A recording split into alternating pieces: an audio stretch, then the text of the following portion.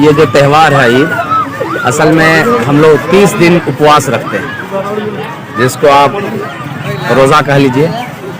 اسی کے نتیجے میں اللہ تبارک و تعالیٰ نے ہم لوگوں کو یہ انعام دیا ہے، اور یہ انعام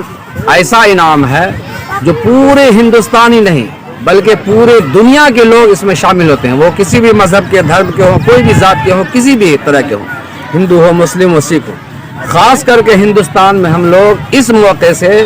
جو روزہ رہتے ہیں، اس میں شام کے وقت جو افطار کرتے ہیں تو ہم لوگ دعا کرتے ہیں کہ ہندوستان کے اندر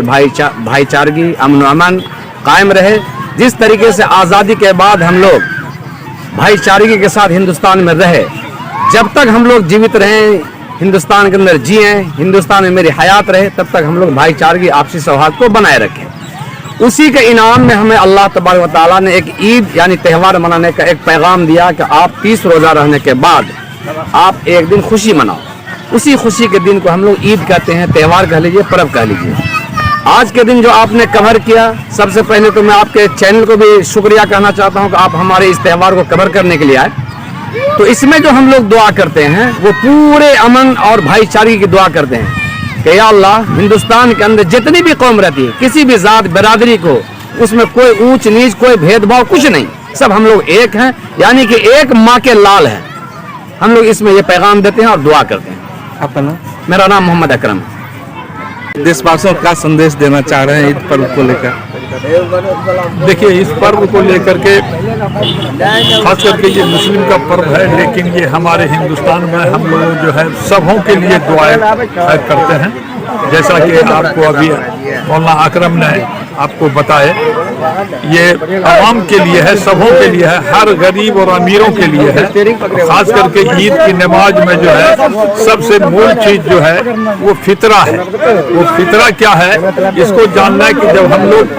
روزہ رہتے ہیں، روزہ رہنے کے بعد جب عید کی نماز پڑھنے کے لیے جاتے ہیں تو اس میں ایک فطرہ ہے۔ ہمارے نبی صلی اللہ علیہ وسلم نے فرمائے کہ فطرہ جو ہے، آپ اپنے پریوار میں سے کوئی بھی لوگ ایسے غریب ہیں جس کو کپڑا نیا نہیں ہوگا یا کھانے کی اس کے پاس دودھ سوئی نہیں ہوگا، تو اسی میں ہم لوگ فطرہ نکالتے ہیں اور فطرہ نکال کر کے اس کو دیتے ہیں۔ اس کے بعد گاؤں کے محلے کو دیکھتے ہیں، گاؤں کو دیکھتے ہیں، تاکہ عید کے دن کسی کے گھر میں نیا کپڑا کوئی ونچت نہ ہو اور نہ کھانے کے لیے سوئی دودھ کی ضرورت پڑے۔ وہ ہر کو ایک سامان لے کر کے یہ عید منائی جاتی ہے، اور پورے ہندوستان میں ہر ذاتوں کے لیے ہم لوگ دعائیں مغفرت کرتے ہیں کہ ہم لوگ سب ایکتائی بنا کے رکھیں اور ہم لوگ اسی طرح سے دنیا میں رہنے کی توفیق عطا فرمائیں۔ دیکھیے، اللہ تبارک و تعالیٰ نے رمضان مبارک کے روزے کو فرض کیا، اور جب انسان اس کو پورے اللہ کے احکام کو نبی کے طریقے پر چل کر کے اس کو اچھی طرح سے ادا کرتا ہے